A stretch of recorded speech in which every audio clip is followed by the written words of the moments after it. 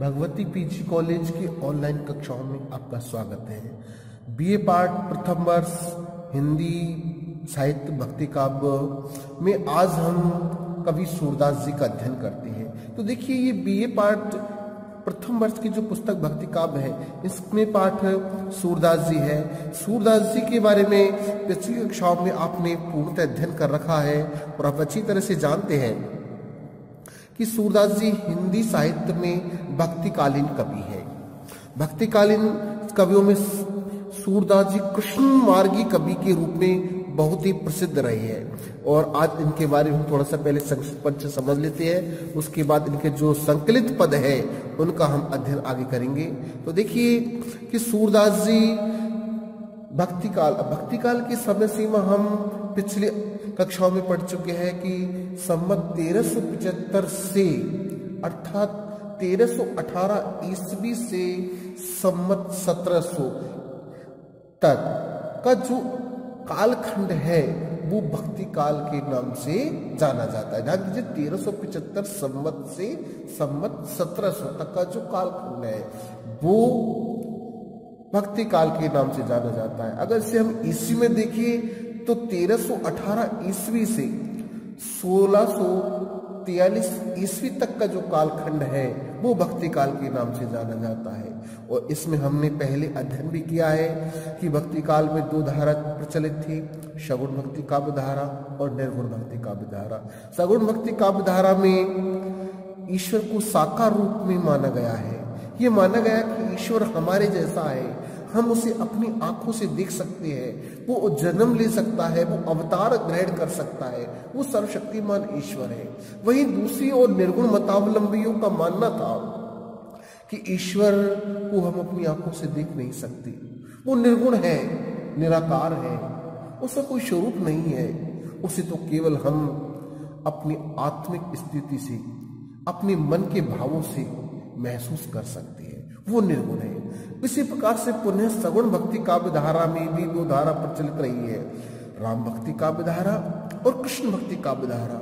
राम भक्ति काव्य धारा के प्रमुख कवि तुलसीदास जी रहे हैं और कृष्ण भक्ति काव्य धारा के प्रमुख कवि सूरदास जी रहे हैं। तो आज हम सूरदास जी का अध्ययन कर रहे हैं।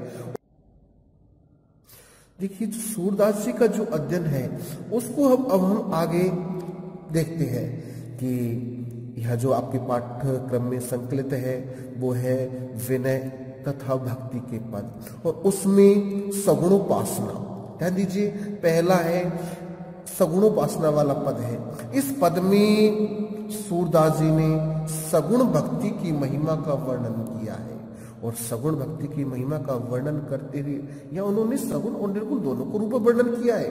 उन्होंने बुराई नहीं की है, निर्गुण को बुरा नहीं बताया है, लेकिन उन्होंने सगुण की महिमा को समझाते हुए ये कहा है कि सगुण भक्ति के फायदे क्या है, सगुण भक्ति करने के बाद या सगुण भक्ति को अपनाने के बाद जो साधक है, भक्त है, वो किस प्रकार आत्मिक संतुष्टि को महसूस करता है। तो देखिए कि अविगति गति कछु कहत न आवे, जो गूंगे मीठे फल को रस अंतर्गत ही भावे, परम स्वाद सवई सुनिरंतर अमित तोष उपजावे, मन बानी को अगम अगोचर जो जाने सो पावे, रूप रेख गुण जाति जुगति बुन निरालंब कित धावे, सब विधि अगम विचार ही ताते सूर सगुन पद गावे। तो ध्यान दीजिए, उन्होंने अंत में कहा है कि सभी प्रकार से मैंने विचार कर लिया है, मैं निर्गुण को गलत नहीं मानता हूं। निर्गुण मेरे लिए, ये नहीं कि मैं निर्गुण का विरोध कर रहा हूं, निर्गुण मेरे लिए बेकार है, निर्गुण भी है, लेकिन मैं किन कारणों से सगुण भक्ति को महत्व दे रहा हूं, उन्होंने यहां इसको स्पष्ट किया है कि अविगत जो दिखता नहीं है, क्योंकि जो निर्गुण परमात्मा है उसके बारे में कहा गया है कि वो न आंखों से हम उसको देख सकते हैं, केवल हम उसको मन से ध्यान लगाने पर महसूस कर सकते हैं। तो जो ईश्वर दिखता नहीं है, अविगत जो दिखता नहीं है, उसकी गति का स्थिति कछु कहत में आवी, उसकी स्थिति के बारे में कुछ कहना ही नहीं आता है, अर्थात वो उसके बारे में कोई कह ही नहीं सकता है। क्यों नहीं कह सकता? क्योंकि जो दिखने में ही नहीं आ रहा है, उसका वर्णन कैसे कर देंगे? वास्तविकता बात यह है कि जो ईश्वर है, जिसको हम देख नहीं सकते हैं, जिसकी कोई गुण नहीं है, निर्गुण है, कोई स्वभाव नहीं है, कोई वेशभूषा नहीं है, तो ये सूरदास जी यह कहते हैं कि जो अविगत है, अदृश्य है, उसके बारे में कुछ कहा नहीं जा सकता, उसके बारे में कुछ कहा नहीं जा सकता। कैसे नहीं कहा सकता? कि जो गूंगे मीठे फल को रस अंतर्गत ही भावे, जो यानी जिस प्रकार से कोई गूंगा व्यक्ति है, जो गूंगे यानी गूंगा व्यक्ति, गूंगा वो होता है जो बोलता नहीं है, कि जो गूंगे मीठे फल को रस अंतर्गत ही भावे, कि जैसे कोई गूंगा व्यक्ति बोलना नहीं जानता है, बोल नहीं पाता है, वो किसी मीठे फल को खा तो लेता है, लेकिन उसके आत्मा में जो संतुष्टि होती है, जो खुशी होती है, उसको वो व्यक्त नहीं कर सकता। इसी प्रकार की निर्गुण भक्ति है कि निर्गुण भक्ति को व्यक्ति अपना तो लेता है, आत्मिक संतुष्टि को महसूस कर लेता है, लेकिन उससे जो आत्मिक अनुभूति उसको हो रही है, उस अनुभूति को वो व्यक्त नहीं कर सकता। तो जो गूंगे मीठे फल को रस अंतर्गत ही भावे, कि जिस प्रकार कोई गूंगा व्यक्ति मीठे फल को खाता है और उससे जिसको आत्मिक संतुष्टि होती है, उसको महसूस तो कर लेता है, लेकिन दूसरे व्यक्ति को बता नहीं सकता कि वो उसको क्या मिला है, क्या संतुष्टि हो रही है। इसी प्रकार निर्गुण भक्त बड़ा आनंद लेता है निर्गुण भक्ति में, लेकिन उसको व्यक्त नहीं कर पाता। कैसे? कि परम स्वाद सवही सु निरंतर अमित तोष उपजावे, कि जो निर्गुण भक्ति है वो परम स्वादिष्ट है, आत्म संतुष्टि देने वाली है, और निरंतर यानी लगातार अमित असीमित तोष यानी संतोष उपजावे उत्पन्न करती है। जो निर्गुण भक्ति है लगातार आत्मिक संतुष्टि हमको प्रदान करती है, लेकिन मन वाणी को अगम अगोचर जो जाने सो पावे, लेकिन जो मन वाणी का जो अगोचर है, मन जिसको ऐसा ईश्वर जिसको केवल मन से प्राप्त किया जा सकता है, वो अगम है, जिसके पास जाया नहीं जा सकता, अगोचर जो दिखता नहीं है, लेकिन ऐसे ईश्वर पर जिसको हम देख नहीं सकते, जिसको हम महसूस नहीं कर सकते, ऐसे ईश्वर को तो जो जानता है वही प्राप्त कर सकता है, जो जानता है वही उसको प्राप्त कर सकता है। और रूप रेख गुण जात जुगतिवन निरालंबित धावे, कि ऐसे ईश्वर जिसका कोई रूप नहीं है, कोई रेखा नहीं है, कोई गुण नहीं है, कोई विधि नहीं है, जुक्ति बिन अर्थात उपाय के बिना, जुक्ति का ना उपाय के बिना, निरालंब बिना किसी सहारे के कितने किधर को ध्यावे नहीं तोड़ता है। अर्थात जिस ईश्वर की कोई रूप रेखा नहीं है, गुण नहीं है, जुक्ति कोई विधि आराधना की विधि नहीं है, ऐसे ईश्वर के लिए हम बिना सहारे के किधर दौड़ेंगे, कहां भागेंगे? अर्थात ईश्वर की प्राप्ति तो हमको करनी है, लेकिन प्राप्ति कैसे करेंगे? वो साधन तो होना चाहिए। कोई कहेगा वो भक्ति करनी, भाई भक्ति करनी है, भक्ति है, भक्ति तो करनी है, लेकिन भक्ति कैसे करनी है? तो इसका उन्होंने उपाय बताया है कि जो रूप है, रेखा है, यानी जिस प्रकार कोई रूप नहीं है, स्वरूप नहीं है, कोई जाति यानी उस ईश्वर की कोई प्रकार नहीं है, कोई विधि नहीं है, तो ऐसे ईश्वर की आराधना हम कैसे करेंगे? मन किधर को भागेगा, कहां पर हम जाएंगे? ऐसे ईश्वर की आराधना नहीं की जा सकती। तो आगे कभी सूरदास जी कहते हैं कि सब विधि अगम विचार है ताते सूर सगुन पद गावे, कि मैंने सभी प्रकार से अगम का विचार कर लिया है, मैंने निर्गुण ईश्वर को देख लिया है, हर प्रकार से मैंने ईश्वर को महसूस कर लिया है, तो सब विधि अगम विचार है सभी तो देखिए एक बार पुनः देखिए, सूरदास जी सगुण भक्ति का वर्णन कर रहे हैं, सगुण भक्ति की महिमा को बतला रहे हैं, और जिसमें कह रहे हैं कि अविगति गति कछु कहत न आवे, अर्थात जो अविगत है, जो ईश्वर दिखता नहीं है, उसकी गति के बारे में कोई कुछ नहीं कह सकता। जिस प्रकार कोई गूंगा व्यक्ति ध्यान दीजिए, गूंगा व्यक्ति जो बोल नहीं सकता है, मीठे फल को खाता है, उसकी जो संतुष्टि होती है, आत्मा में जो खुशी होती है, जो आनंद मिलता है, उसको वो स्वयं ही महसूस करता है, उसका वर्णन नहीं कर सकता। वो भक्ति परम स्वादिष्ट है, अमित तोष देने वाली है, असीमित संतुष्टि देने वाली है, लेकिन वो भक्ति को भी मन वाणी को अगम अगोचर जो जाने सो पावे, जो जानता है वही उस भक्ति को प्राप्त कर सकता है। रूप रेख गुण जाति जुगति बिन निरालंब कृत धावे। सूरदास जी आगे कहते हैं कि ऐसा जो निर्गुण ईश्वर है, जिसका कोई रूप नहीं है, कोई रेखा नहीं है, कोई गुण नहीं है, कोई जातीय नहीं है, कोई जुगतीय विधि नहीं है, ऐसी ईश्वर को निरालंब बिना सहारे की, क्योंकि जिस ईश्वर को हम प्राप्त करना चाहते हैं, लेकिन कोई साधन नहीं है, कोई सहारा नहीं है, कोई माध्यम नहीं है, तो ऐसे ईश्वर को हम प्राप्त नहीं कर सकते, या प्राप्त करने हमको बड़ी कठिनाई होती है। इसलिए आगे कहते हैं कि सब विधि अगम विचारई, ताते सूर सगुन पद गावे। इसलिए सूरदास जी सभी प्रकार से अगम, अगम का मतलब होता है निर्गुण, निर्गुण का विचार करके, अर्थात निर्गुण पर विचार कर लिया कि वो ठीक है, लेकिन हम उसको आसानी से प्राप्त नहीं कर सकते। इसलिए सूरदास जी कहते हैं कि हम सूरदास जी कहते हैं कि हम सगुण के पद अर्थात सगुण भक्ति का वर्णन करते हैं। तो इस पद में कवि सूरदास जी ने निर्गुण भक्ति और सगुण भक्ति की तुलना की है, और ये बतलाया है कि सगुण भक्ति जन साधारण के लिए सहज है, सुलभ है, सरल है, इसलिए हमको सगुण भक्ति करनी चाहिए।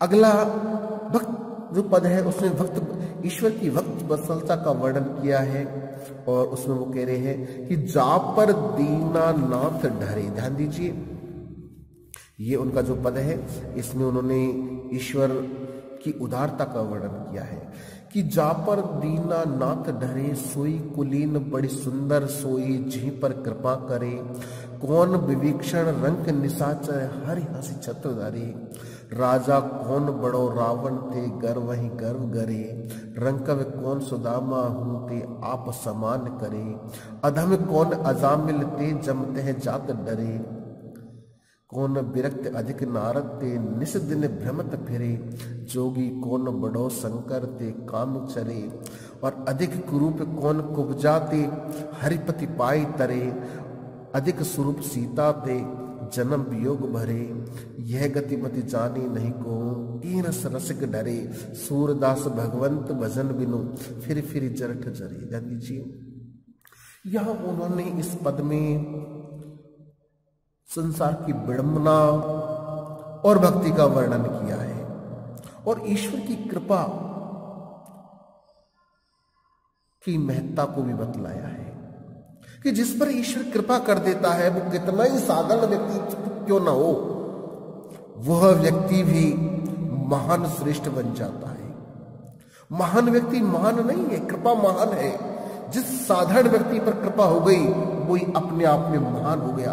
और कवि ने यहाँ उदाहरण दिए हैं बहुत सारे, तो देखिए हम ज्यादा विस्तारात्मक रूप में आपको नहीं बता पाएंगे, क्योंकि ऑनलाइन में सीमित समय हमारे पास है। तो देखिए कि जा पर दीना नाथ ढरे, जिस पर दीनों के नाथ कौन है? भगवान श्री कृष्ण। कि जिस व्यक्ति पर दीनों के नाथ ढर जाए कृपा कर दे, अनुग्रहित हो जाए, सोई कुली बड़ी सुंदर सोई, जिह पर कृपा करी। अरे जिस पर भगवान कृपा कर देते हैं, भगवान श्री कृष्ण की जिस पर कृपा हो जाती है, वही व्यक्ति कुलीन हो जाता है। सोई कुलीन, कि जिस पर भगवान की कृपा हो जाए, भगवान का अनुग्रह जिस पर हो जाए, वही व्यक्ति कुलीन हो जाता है। बड़ी सुंदर सोई, और वही व्यक्ति स्त्री चाहे पुरुष सुंदर हो जाता है, सुंदर हो जाती है, जी पर कृपा करी। भगवान की जिस पर कृपा हो जाती है, वही कुलीन अच्छी वंश वाला हो जाता है। कैसे? कि कौन विवीक्षण रंक निशाचर, हरि हासी छत्र धरे। या कवि सूरदास जी ने राम जन्म का वर्णन किया है कि कौन विभीषण रंग निशाचर। अरे जो विभीषण था कौन था? एक साधारण सा रंग यानी भिखारी, गरीब निशाचर। अरे निशाचर जिसको जिसके भाई ने लात देकर अपनी महल से भगा दिया, अपनी नगरी से भगा दिया। तो ईश्वर की कृपा देखिए कि वह रावण जो अजय था, उस समय तीनों लोगों का श्रेष्ठ राजा था, उस रावण ने जिस विभीषण को लात मारकर भगा दिया, वो विभीषण राम की शरण में आया और राम ने हंसकर उसको छत्र दे दिया, राज मुकुट दे दिया कि आओ लंकेश, लंका का राजा रावण है लेकिन वो नहीं रहेगा और उसके स्थान पर तुम रावण के स्थान पर राजा बनोगे। तो ध्यान दीजिए कि राजा कौन बड़े रावण ते, गर्व ही गर्व करे और रंग का कौन सुदामा ते आप सम्मान करे। कि रावण से बड़ा राजा कौन होगा कि जिसका शासन तीनों लोकों में था। राजा कौन बड़ो रावण थे, गर्व ही गर्व करे। अरे वो कहता था कि मैं पानी से काई को हटा सकता हूं, आग से धुआं हटा सकता हूं, स्वर्ग में सीढ़ियां लगा सकता हूं। ऐसा शक्तिशाली जिसके सामने इंद्र भी नहीं टिकते थे। लेकिन ईश्वर की कृपा देखिए कि रावण जैसा बड़ा राजा था उस समय, जिसने मृत्यु को बांध दिया था, शिव शंकर के कैलाश पर्वत को उठा लिया था। ऐसा शक्तिशाली रावण उसका गर्व को भी गिरा दिया। तो राजा कौन बड़ो रावण थे, गर्व ही गर्व गिरे। रावण से बड़ा राजा कोई हो नहीं सकता, लेकिन उस रावण का गर्व भी भगवान ने गिरा दिया। और रंग का कौन सुदामा थे, और रंग के सुदामा के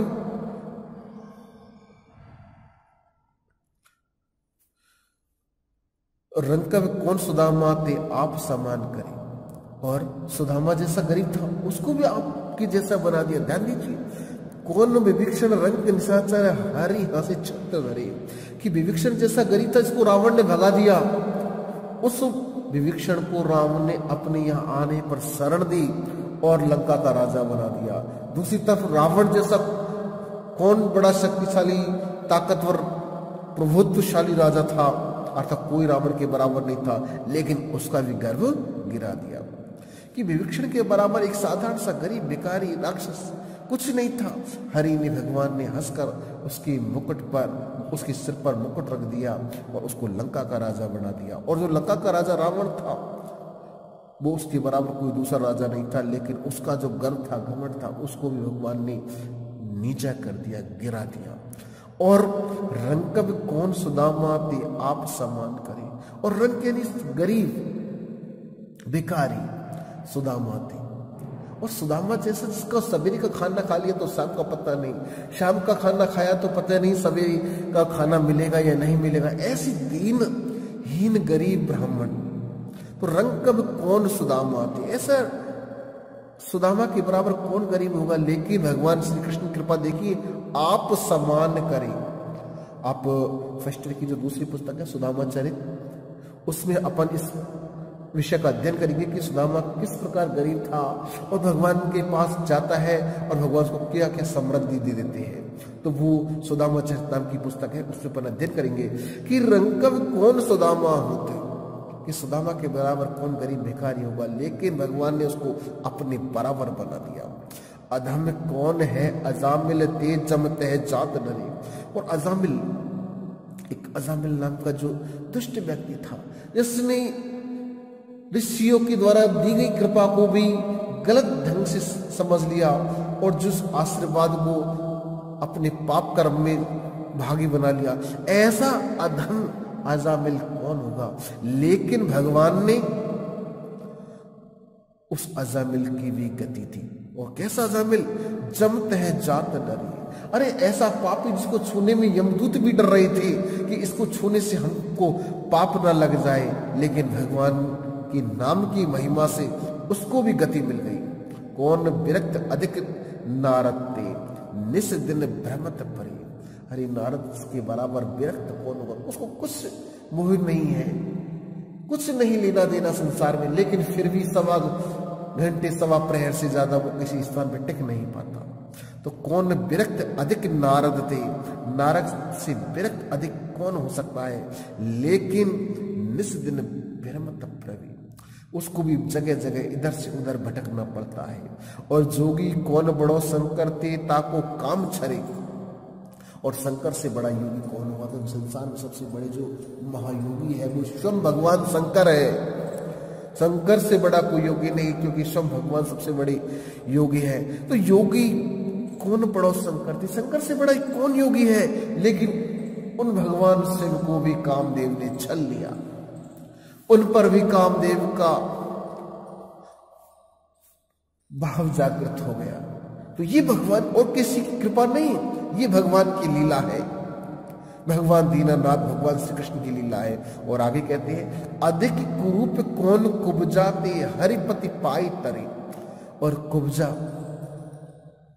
जो भगवान श्री कृष्ण कंस का वध करने के लिए जाते हैं, तो एक कुबड़ी लड़की जो चंदन लगा रही थी, उसने भगवान कृष्ण को चंदन लगाया और भगवान की कृपा से वो कुबड़ी लड़की भी एक सुंदर युवती में बदल जाती है। तो अधिक कुरूप कौन कुब्जाते हरिपति पाए तरे। अरे वो हरि को पति प्राप्त करके संसार से तर गई, अर्थात उसने भी अपनी परम गति प्राप्त कर ली। और आगे कहते हैं कवि अधिक स्वरूप कौन सीता ते जन्म वियोग भरे। और सीता ते स्वरूप, सीता के बराबर स्वरूप कौन हो सकता है, सीता जैसी स्त्री कौन हो सकती है। लेकिन जीवन भर उनको वियोग सहना पड़ा। विवाह होके आया तो कुछ समय बाद जंगल में जाना पड़ा, वहां से रावण उसका हरण कर लेता है। राम वहां से वापस लौट कर आते हैं तो मिथ्या आरोप में, जनता की मिथ्या आरोप के कारण अब राम से, भगवान श्री राम को अपना राजधर्म निभाने का आदर्श प्रस्तुत करने के लिए सीता से दूर होना पड़ा। त्याग नहीं किया उन्होंने, ये गलत बताते हैं कि सीता का त्याग है, सीता का त्याग नहीं किया। अगर सीता का त्याग करते तो वो यज्ञ में सीता को उपस्थित नहीं करते। चाहे हिरण्य में सीता को बुलाया हो उन्होंने, लेकिन उन्होंने सीता को ही रखा, त्यागा नहीं था, दूर किया था, दूर हुए थे। तो अधिक स्वरूप कौन है कौन सीता ते जन्म वियोग भरे, कि सीता से अधिक स्वरूप और कौन सा हो सकता है। लेकिन फिर भी ईश्वर की कृपा देखिए कि उनको जन्म भर वियोग सहना पड़ा। और यह गतिमति जाने नहीं को कि रस रसिक डरे। इस भाव को कोई नहीं जानता, इस भाव को कोई नहीं जानता कि यह गतिमति जानी नहीं को कि रस रसिक डरे। इस गति को कोई नहीं जानता है कि वो रसिक है, वो संसार के सबसे बड़े रसिकों का रसिक है। हर रस उसके भाव में है, हर रस उसके भक्ति में है। वो किस रस में ढल जाए, किस भाव में बह जाए। और सूरदास जी अंत में कहते हैं कि भगवान के भजन के बिना फिर जरट चरे। इस संसार में प्राणी को जन्म लेना पड़ता है और मरना पड़ता है, इसलिए भगवान के भजन के बिना किसी की मुक्ति नहीं हो सकती है। इसलिए हमें भगवान का भजन करना चाहिए, भगवान की भक्ति को प्राप्त करना चाहिए। एक बार पुनः देख लीजिए कि जा पर दीनानाथ डरे, कि जिस पर भगवान श्री कृष्ण डर जाए, कृपा कर दे, वही व्यक्ति कुलीन होता है, वही व्यक्ति सुंदर होता है जिस पर भगवान की कृपा हो जाती है। कौन विभीषण के बराबर गरीब निशाचर हो सकता है, राक्षस हो सकता है। एक तो राक्षस, ऊपर से भिखारी गरीब, लेकिन भगवान ने हंसकर उसके सर पर छत्र रख दिया, राज मुकुट रख दिया। रावण से कौन बड़ा शक्तिशाली हो सकता है, लेकिन उसका गर्व भी नष्ट कर दिया। सुदामा से ज्यादा गरीब कौन हो सकता है, लेकिन भगवान श्री कृष्ण ने उसको अपने समान बना दिया। और अजामिल से भी अधम कौन हो सकता है, जिसको यमराज भी छूने से डरते थे, लेकिन भगवान ने उसकी भी मुक्ति दे दी है। नारद से विरक्त और शंकर से बड़ा योगी कौन हो सकता है, लेकिन इनको भी भगवान ने अपने माया जाल में भ्रमित कर दिया। कुब्जा जैसी कुरूप स्त्री को भी भगवान पति रूप में मिल जाते हैं, और सीता जैसी स्वरूप को भी जन्म भर वियोग सहना पड़ता है। तो इससे बड़ी ईश्वर की लीला कुछ हो ही नहीं सकती। अंत में कवि सूरदास जी कहते हैं कि इस गति को, इस स्थिति को कोई नहीं समझ सकता है कि भगवान किस भाव में बह जाए, किस रूप में ढट जाए। इसलिए कवि सूरदास जी कहते हैं कि भगवान के भजन के बिना इस संसार में लोग जन्म लेते हैं, मरते हैं और पुनः ही रहते हैं। इसलिए हमें भगवान का भजन हमेशा करना चाहिए। तो देखिए सूरदास जी की जो दो हमने पद पढ़े हैं, इनका अध्ययन करना आगे के अगले वीडियो में हम आपको प्रस्तुत करेंगे। धन्यवाद।